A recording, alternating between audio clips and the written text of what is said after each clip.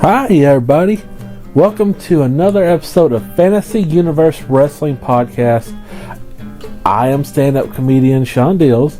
So those who don't really know what this podcast is about, if this is the first time you've listened, on this show, sometimes on some episodes I'll be doing like wrestling reviews, talking about this week in wrestling and everything that happened this week.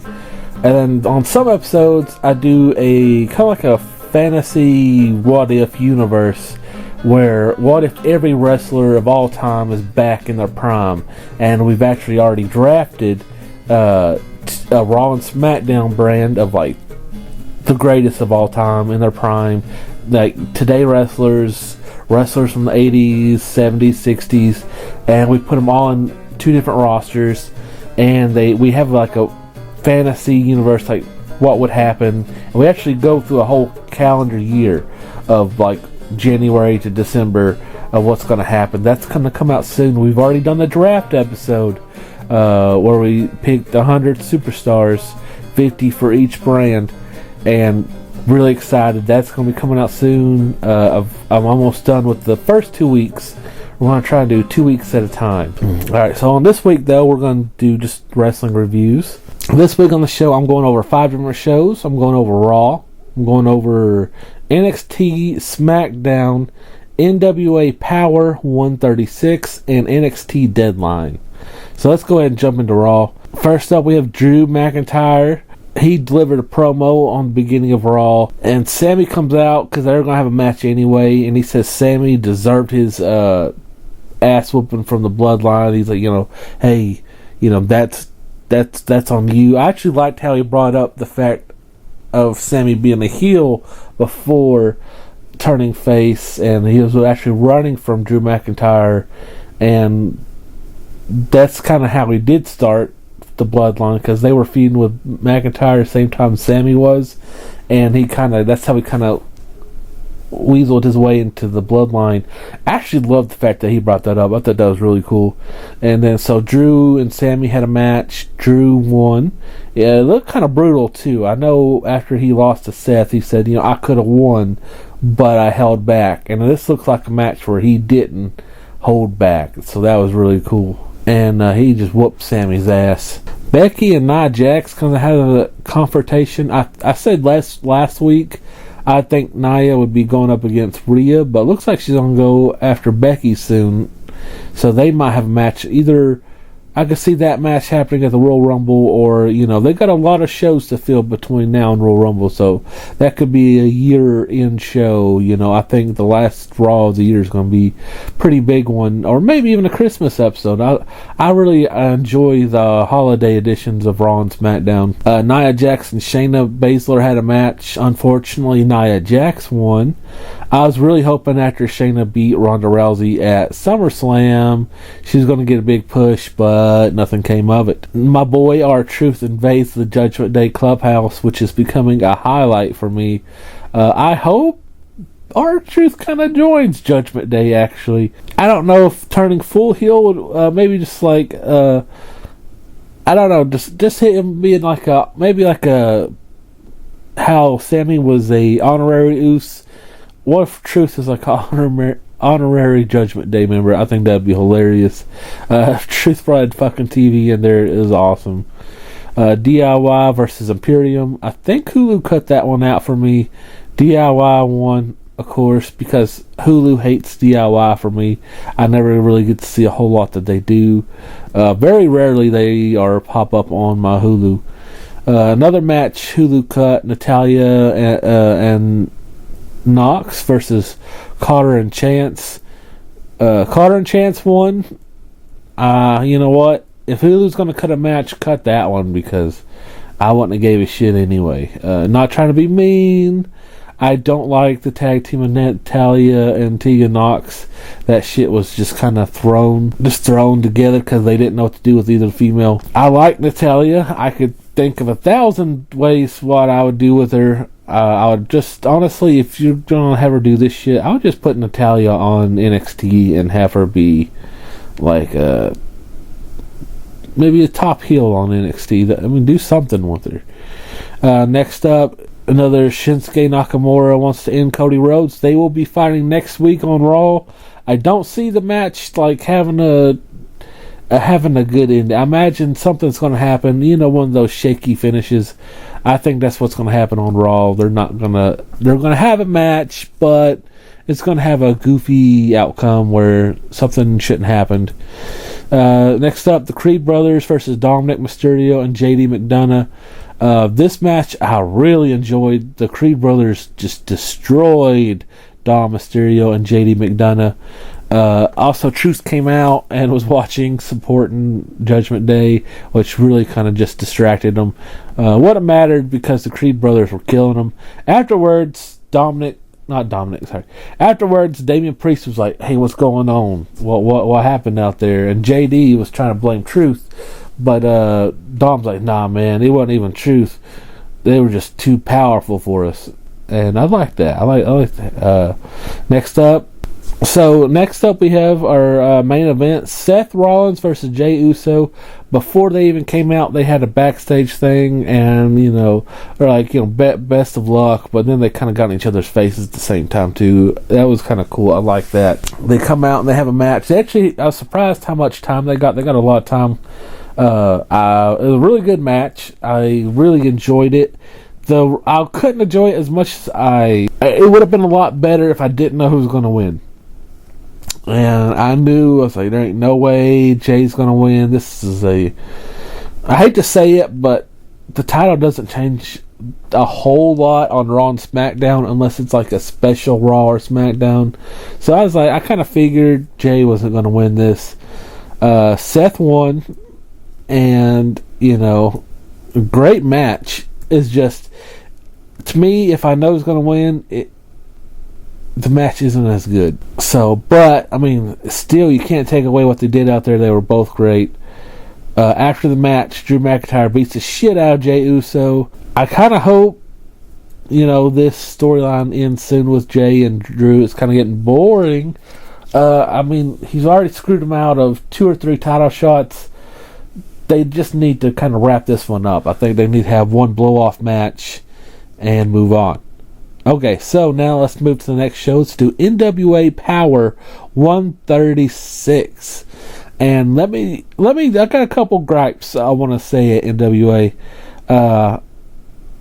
So, for me, the matches are too short. Not all of them. Some of them are the perfect length, but your main events are about the same length as your openers. I don't know. Every time I see NWA Power show, their main events are super short. This one, especially, I think on 135, it ended in DQ, horrible. This one, main event, it ended. It actually had a good, it actually had a ending, but it was such a short match. But we'll get there. All right, so let's start from the beginning. We had the Country Gentlemen versus the Slime Balls, and I've been telling you guys for weeks about the Slime Balls. I think since episode 1, and this is, I think they're maybe their debut match, or they haven't had many. And I really still like the Slime Balls. I've been telling you that they're my favorite thing on NWA. They still are. They did not win against the Country Gentlemen, but the Slime Balls were funny. One of the guys in the Slime Balls is like a really fucking tiny, scrawny kid. I don't know. He's really small. He's like referee small. But I mean, he had a lot of charisma out there.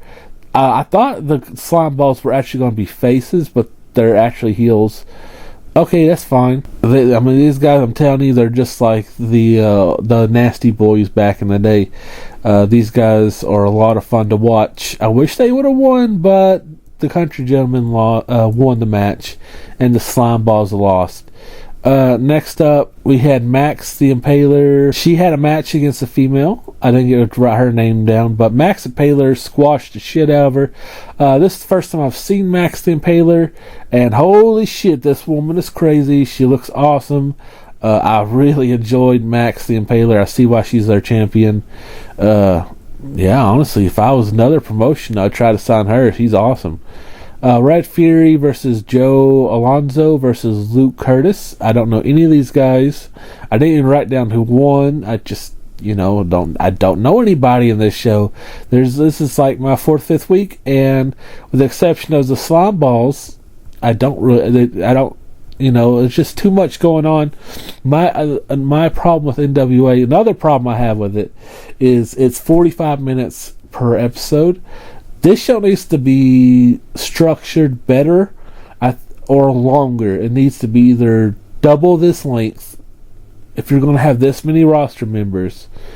That way you can, I don't know, it's just hard for me to get into it when this is my 4th or 5th week and every week's just different people. I can't get invested in anybody on this show. So I don't know, they need to do something, because I think they just need to extend the show. If you're going to have if you have this many roster members, your show needs to be longer. Next up, the Outrunners versus the New Spectaculars. The New Spectaculars, I believe, won this one. They have like a new tag member every week, which is like ongoing gag, and they keep doing auditions, and they finally won. I think Billy Corgan said if they lost, they're all fired, so they won this one. And in the main event, it's Thrillbilly Silas Mason versus Devin Dixon. These were the hillbilly guys I was talking about last week. I was really kind of looking forward to this match. A lot of the guys on NWA are smaller than you would see probably on WWE or something, but these guys were actually big boys, and I was really looking forward to this match. Again, it wasn't a bad match. This was the main event, and it was just really short. I was expecting these guys to have a barn burner from the build up to the match.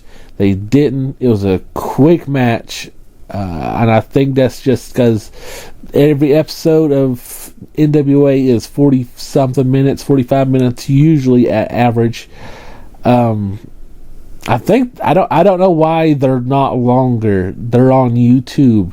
So, I mean, you can go up to 12 hours on YouTube, so I'm not saying go 12 hours, but fuck, you don't have to be 45 minutes. You can go over an hour. Maybe there's a deal they have. Maybe they're showing they have structure so they can get a TV deal. Maybe, they don't. Maybe they're worried if it goes over an hour, people want to watch it. I don't know what the deal is there. So either they can cut a few matches to make a longer main event. You didn't need the triple threat. I didn't care about any of those guys.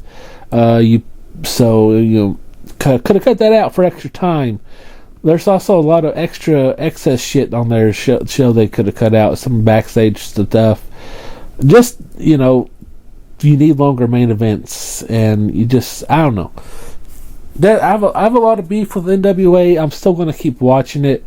Hopefully it gets better. Hopefully within, another couple of weeks I'll know everybody. Next up, NXT. They had a last chance Iron Survivor qualifier match with Phelan Henley, Roxanne Perez, Kiana James, Thea Hale.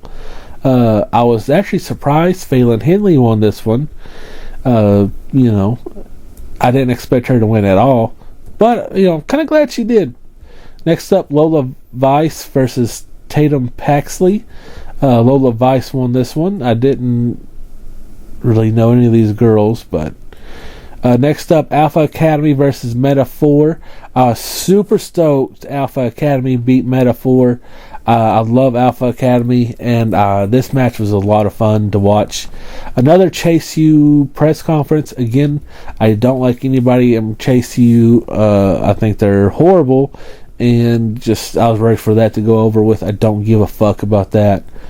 The 5 women in the Iron Man Survivor match have a kind of like a press conference with Byron Saxton out on stage, and Byron was pretty funny here. He's like, hey, do not talk over each other. We're going to have this go smoothly.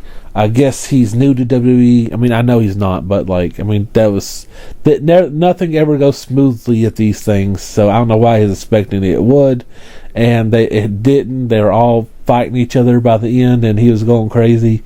And Yeah. Next up, we have Nathan Frazier versus Axiom. It ended in a no contest because the women came out. Somehow the fight was going from backstage to the ring. So that was a little silly. They will be fighting at Deadline now. The Nathan Frazier and Axiom. Last Chance Iron Survivor qualifier match for the boys. Eddie Thorpe versus Joe Coffey. I don't like his name, by the way, Joe Coffey. It's like double coffee puns. Versus Carmelo Hayes versus Tyler Bate. I was really stoked Tyler Bate won this one. I love Tyler Bate, so I was like, dude, fucking dope, he won. I didn't think, Carmelo Hayes was going to win because he's got that beef going with Lexis King, and sure enough, they will be fighting at Deadline. Wesley came out, and he was telling everybody he's injured, and he's going to have back surgery. I thought this was... I thought this was planned. I thought, hey, this is, for the show. He's going to trick Dominic Mysterio. But no, he's really going to have back surgery, which sucks. But, because even Dominic Mysterio came out and was making fun of him and, making fun of Wesley. And Wesley just had this emotional promo where he was crying. And I thought the whole thing was fake, but it's actually real. He is going to go ahead to have surgery. Then Wesley said, hey, I may not be able to fight you at Deadline, but this guy will. And then Rey Mysterio comes on the screen, says he will be fighting Dragon Lee at Deadline, and Rey will be in his corner. I get that Rey and Dominic are still beefing, but why would you, even if you were, why would you want your son to lose his title? Anyway, so he's going to be at Deadline with Dragon Lee, and Isla Dragunov and Baron Corbin have a segment to help promote their match. This did kind of help. This did kind of help with the hype for Dragunov and Baron Corbin, because honestly, the build-up hasn't been great for Deadline. So really excited to see that. Next up, SmackDown Tribute to the Troops edition of SmackDown. I'm kind of glad they just put Tribute to Troops on a SmackDown instead of Tribute to the Troops being their own show, because usually they'll have just a special Tribute to the Troops episode that's not connected with anything, and it's usually just an hour long. I kind of like this better. It just putting Tribute to the Troops on SmackDown. So that was really kind of cool. And Corey Graves is awful commentary, but they put JBL in his place this week. I don't know what's going on with Corey Graves. I think there's something going on because he hasn't done a podcast since.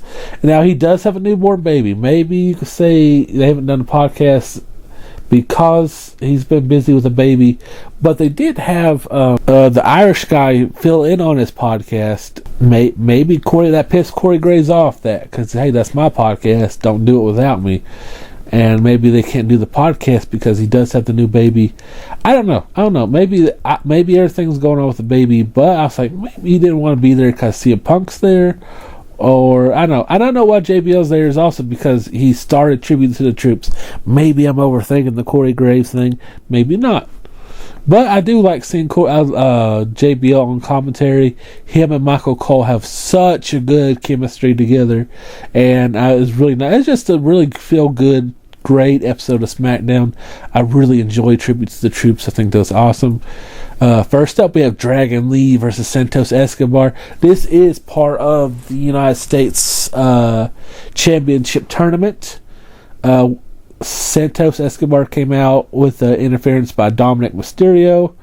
Pretty cool. I wonder if we're going to see more team-ups with Santos and Dominic. Who knows? But the right guy won. I'm glad Santos won that match. This next part was awesome. Randy Orton goes backstage to pay his fine for RKOing Nick Aldis, and he gave him a check. And it's like, hey, what? This is $100,000. You only owe $50,000. And Randy was like, yeah, but this for the next one. I love that. He's keeping Nick Aldis on his fucking toes. Next up, Cody Rhodes comes out, thanks the troops, because there's a lot of troops there at the show.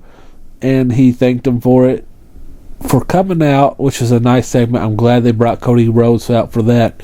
Bobby Lashley versus Karrion Kross for the U.S. tournament, U.S. Championship tournament.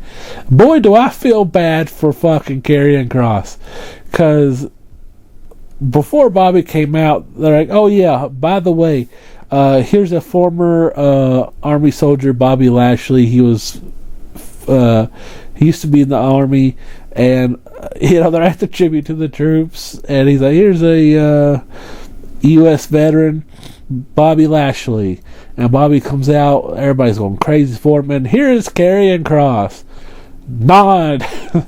non former veteran, okay, and I don't know. I do feel bad for Karrion Kross.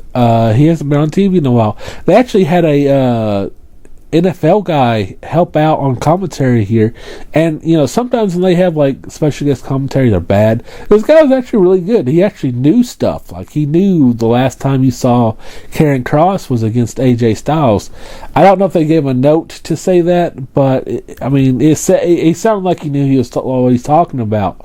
So I was like, dude, that guy was awesome. And apparently he's an NFL guy. He's going to be doing the commentary for the Marines versus the Army football game. I don't know. Karrion Kross was just in a lose-lose situation here. And Bobby Lashley got the win. My issue with this, as well, is not only just like, what are they going to do with Karrion Kross? Poor Karrion Kross. They've been building up Bobby as a heel, and then today he's on SmackDown he's a face, like super baby face, like the baby face of baby faces. So I was like, what the fuck are they doing with these guys? They really don't know what they're doing with, like, booking them. I hope next week he doesn't come out as a heel, because they're just, I don't know. It's kind of like the women. The women in WWE, a lot of times, they're just jumping back and forth, the face and heel. Maybe not all of them, but some of them, like especially a few years ago, that's how they were. Next up, we have the CM Punk promo, which was great. He didn't get the responses he wanted, but that's for obvious reasons, because he had a tribute to the troops. A lot of those guys, they don't watch Raw and AEW on the regular. They don't watch every week. They don't know all the dirt sheets. They don't listen to the rumors. They don't know all that extra stuff. So with all the stuff Punk was dropping, they weren't catching on to. He wasn't getting the responses he wanted, but it's a tribute to the troops. It just wasn't the tribute to the troops. Yes, they loved Punk, but for him to do one of those pipe bomb promos, this probably wasn't the venue for it. Even though he still did really good, and he was coming out saying, who do you want me to talk about, instead of, kind of like he was kind of playing off of Cody Rhodes thing. And this promo was fucking great. He brought up Roman Reigns, LA Knight, Kevin Owens, and I loved when he brought up Kevin Owens. Kevin Owens, you can't trust that guy. He's going around punching people backstage. It's 2023. You can't do that. Referring to his fights with Jungle Boy and the Young Bucks. Love this promo. He also brought up Seth Rollins. Yeah, this was really great here. And he said he's going to sign on Monday for sure. He's going to know where he's going to go. So that was great. I just don't think that was the right venue for that kind of promo, but still good. Asuka versus Charlotte Flair. Asuka won this one, and apparently Charlotte could have maybe got hurt on this match. I hope Charlotte's okay. I really like Charlotte. I'd hate to see her get hurt, especially this close to Mania. So hopefully Charlotte is okay. Cody Rhodes and CM Punk have a backstage moment. Cody's like, so you're trying to finish your dream too, huh? And and CM Punk ran into Kevin Owens backstage. So you know what? At the end of the show, I'm gonna go over 5 potential CM Punk WrestleMania matches, because I'm just pumped to see where he goes from here. Next up, LA Knight and Randy Orton take on Jimmy Uso and Solo Sikoa. This was a good main event. That's one thing I like about the Tribute to the Troops, is they don't, on the normal Tribute to the Troops episode, they don't really just go for storyline stuff. They just like, let's have a feel-good, great time. Kind of like a house show.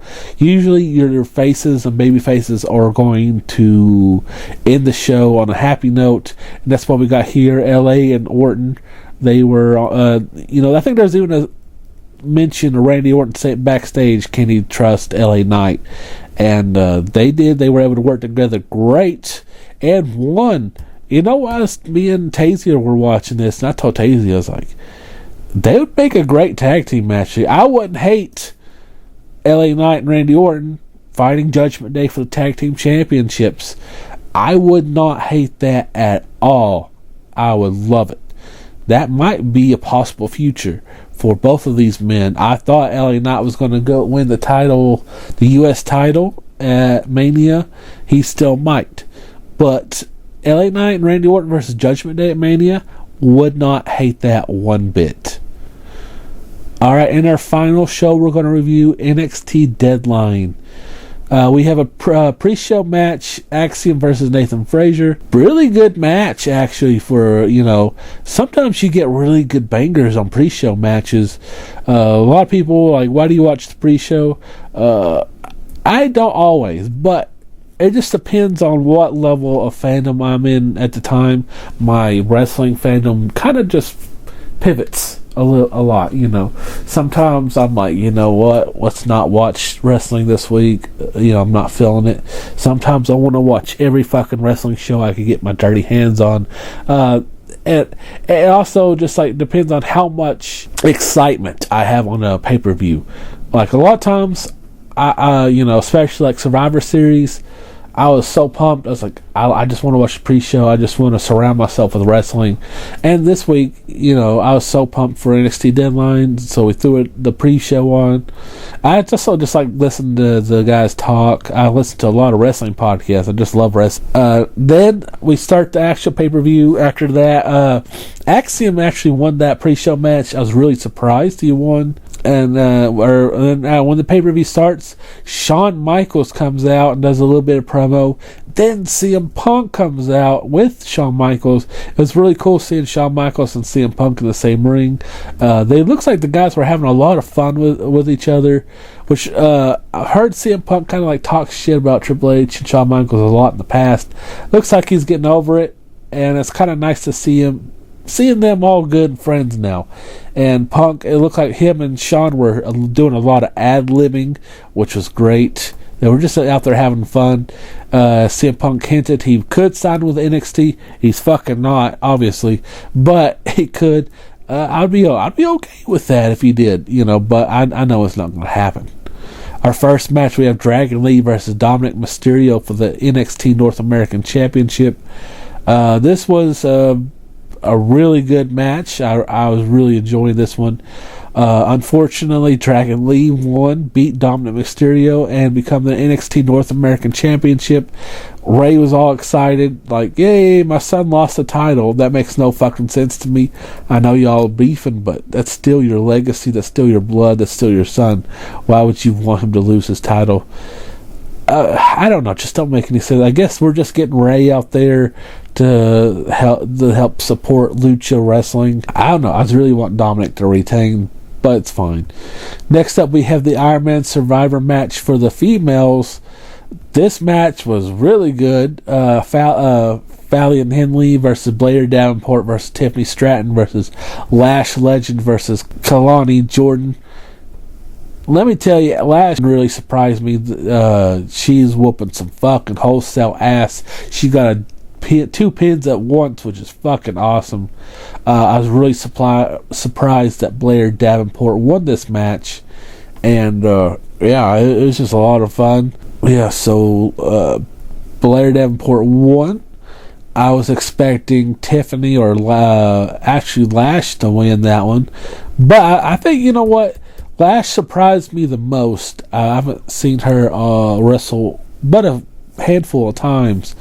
I'm kind of Lash. This match made me a Lash Legend fan, so I'll be supporting her from now on. She really surprised me here, and I loved it. Next up, we had Lexis King versus Carmelo Hayes. A lot of people kind of were hating on this match. I enjoyed this match.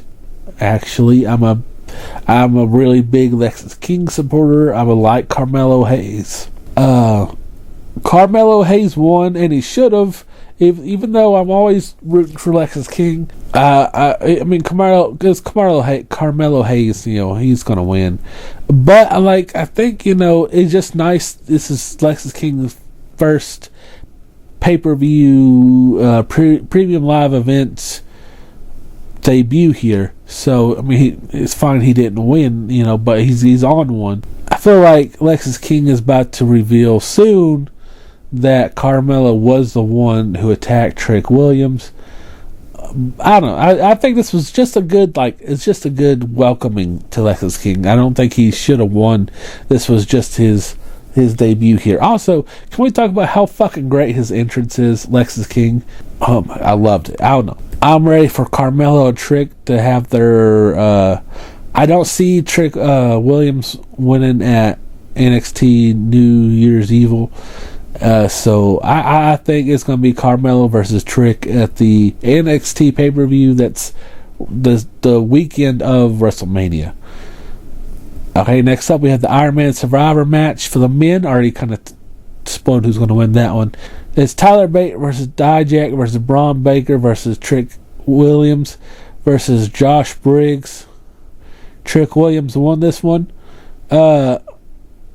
This match was really, really good. It's probably my favorite match on the card. I don't know. This match was a lot of fun.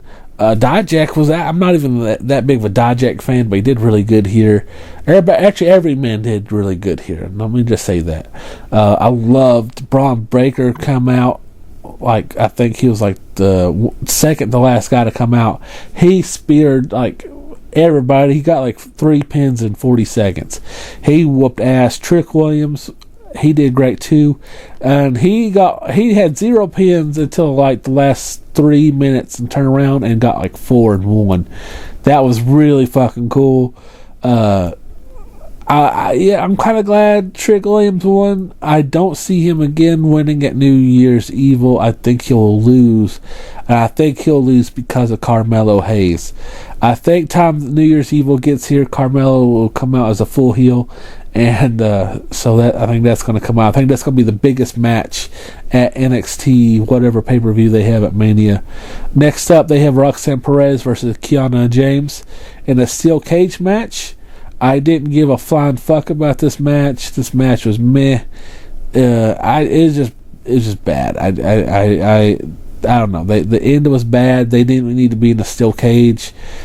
This was a skippable match. Main event, Ilya Dragunov versus Baron Corbin for the NXT Championship. Ilya Dragunov won. He whooped the wholesale ass out of Baron Corbin. I don't know how Baron Corbin could ask for a rematch after that ass whooping he got.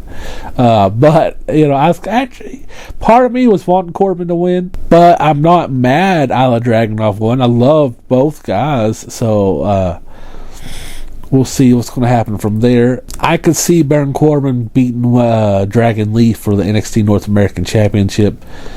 Why not? Let's do something with Corbin. I mean, he boy needs a title. He's only held the U.S. title, to my knowledge. So that's wrestling this week. Before I close and do my final little thing, let's go over the match of the week and MVP of the week. So both are similar like last week. So last week Bronson Reed won MVP of the week, and he was in match of the week as well. Something similar this week. We kind of got to combine two. So for me, match of the week goes to the Iron Man Survivor match, the men's version. I thought that was the best match of the week, and I'm going to give MVP of the week to Trick Williams. Oh yeah, man.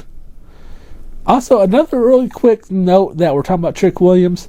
You know how people say Seth Rollins, he wouldn't be popular without a song. The song makes Seth Rollins. Can we say the same thing about Trick Williams? I didn't get hyped into Trick Williams until Booker T was hyping up on the theme song, and then I fell in love with Trick Williams from after that. So I was wondering, like, maybe Seth Rollins and Trick Williams have something in common there. So match of the week, the men's Iron Man Survivor match, and MVP of the week goes to Trick Williams. Before I get into 5 possible CM Punk WrestleMania matches, I want to talk about AEW. So all week I was so pumped. I wanted to watch Edge and Christian fight in Montreal on AEW Dynamite, and last week I said we were able to use my girlfriend's mom's Hulu, and then she didn't pay her fucking bill, and now we can't use the $60 Hulu. So I don't have cable. We only stream, so we're kind of there, and we're dead ass broke. Like I work 40 hours a week at a retail job.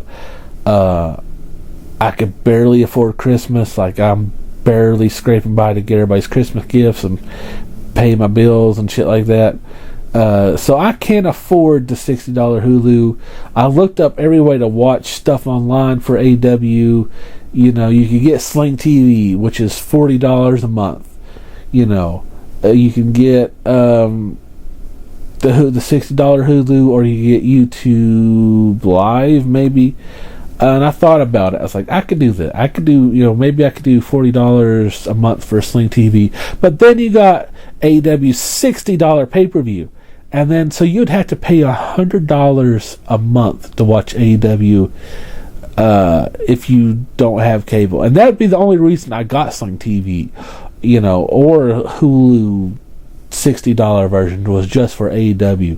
Is AEW worth $100 a month? No. They're not, period. Fucking never.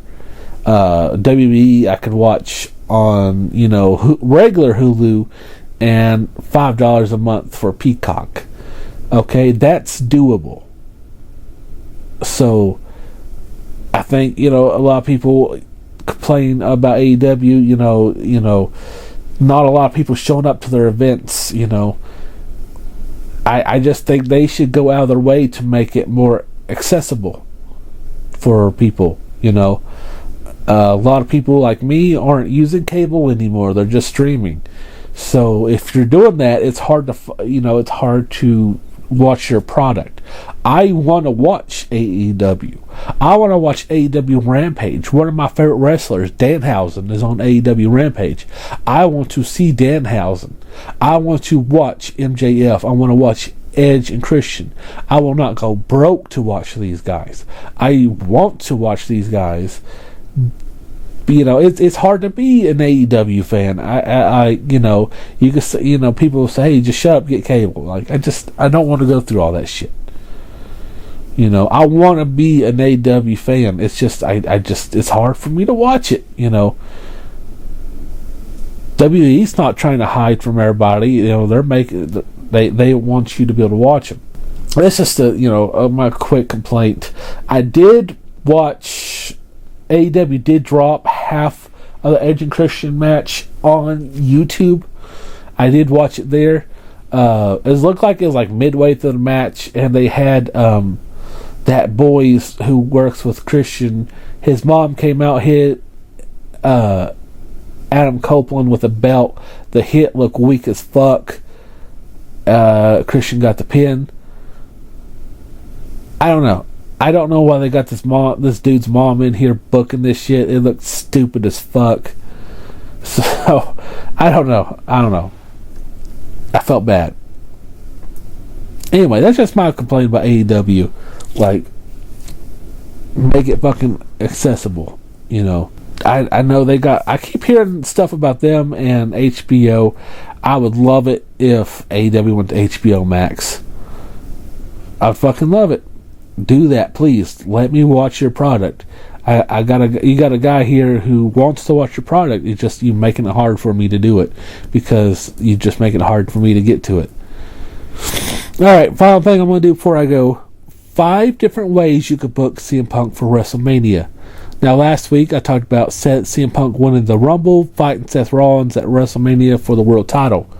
Also, a plan B for that is Drew McIntyre beats Seth Rollins. Rock or Cody could win the Royal Rumble, and still have Seth versus CM Punk at Mania, just not for the title. Okay, so this is match possibility number 2. CM Punk wins the Royal Rumble and goes for Roman Reigns at WrestleMania. CM Punk versus Roman Reigns at Mania. I think out of all the possibilities, this would be one of the ones that would make the most money. I think people want to see that. I think all these are great ideas. There's no lose here. All right, match possibility number 3. Kevin Owens. They kind of hinted at it on SmackDown. He brought him up. They saw each other backstage. Kevin Owens looked like he wasn't very fond of Punk at all. So that would be great. The promos leading up to it would be fucking out of this world. Both men are fire on the stick and in the ring. This is just a safe bet for success. These guys would crush it. All right, number 4. This one I think would make the most money of all of them. This one would be just cha-ching, cha-ching, cha-ching at CM Punk versus Stone Cold Steve Austin. Talk about PP Pants City for me. I would just be in tears and just crying the whole time because Steve Austin's my top 3 wrestler, one of my top 3 wrestlers of all time. Top 3, Stone Cold's in there. And the other 2, Undertaker and Bray Wyatt, no particular order. I would just be in tears. Not likely, but I would love it. Stone Cold had a match just 2 years ago against Kevin Owens, so why not? I would love it. And my final possibility, number 5, CM Punk versus Cody Rhodes. Boy howdy. Just all of these, every single one of these. It kind of looked like Cody Rhodes was a little pissed at Punk for wanting to be in the Rumble, but you can't be mad. 29 guys are going to be in the Rumble. You can't get mad at every one of them for wanting to be in it, Cody. But I'm really excited to see that. So this has been Fantasy Universe Wrestling Podcast. I'm stand-up comedian Sean Dills. Real quick, let me plug my shit here. I have a YouTube channel, Cool Kids with Asthma. You can follow the podcast there on YouTube. You go to Spotify, Amazon Music. Where other areas you can find my podcast. You can email if you have any wrestling questions. Feel free to email me at coolkidswithasthma@gmail.com. So please just let me know if you have any wrestling questions. Love to hear them. Hopefully we'll be dropping the Fantasy Universe Wrestling actual wrestling event soon, where we're going to have these fantasy matching bookings in there. Hopefully we'll do that real soon, and I'll see you guys maybe next week. All right, bye bye.